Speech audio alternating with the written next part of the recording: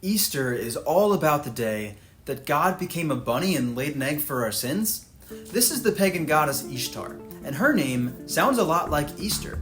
So some people have played around with the idea that Easter might originally have been a celebration of this pagan goddess that was absorbed into the Christian holiday Easter. The biggest problem with this is that there's just no evidence, and unfortunately most of the popular theories are based on myths. So there's a popular myth that her symbols were bunnies and eggs. Now we don't know much about Ishtar, but we do know her symbols. They were a lion and a star, not bunnies and eggs.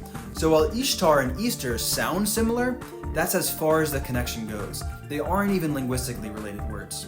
This is all good to know because even though Easter egg hunts and bunnies are not what Easter is really about, they don't have sinister ancient origins either. But still, I don't know how to break the news to egg beater Jesus. In Huntsville, Alabama, there's a famous painting of Jesus called Cosmic Christ. But most people know it as egg beater Jesus because he looks like a giant egg beater. If you ask most historians about Jesus, they will tell you that he was not an egg beater. He was a real Jewish man 2,000 years ago who gathered a large following of Jewish people who believed he was the Messiah and was eventually executed for his radical self-understanding of who the Messiah is. Now, Easter is the yearly commemoration of Jesus rising from the dead after his execution. But that means it's deeply connected to another ancient religious practice, the Jewish holiday of Passover. You've probably heard of the Last Supper.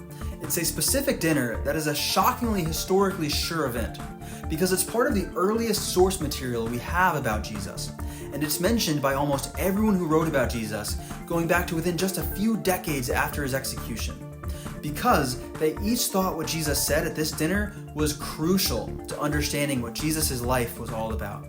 And the Last Supper was, you guessed it, a Jewish Passover meal. By the time of Jesus, the Passover was already an ancient practice packed with significance. It's an annual reminder of how the God of Israel rescued the Jewish people from death by covering them with the blood of a blemish-free lamb. Jesus took this well-known symbolism and used different parts of the meal to communicate how he was here on a new Exodus mission, a rescue mission. And like the original Paschal Pesach lamb, his blood would be spilled to cover those who receive him and rescue them from eternal death.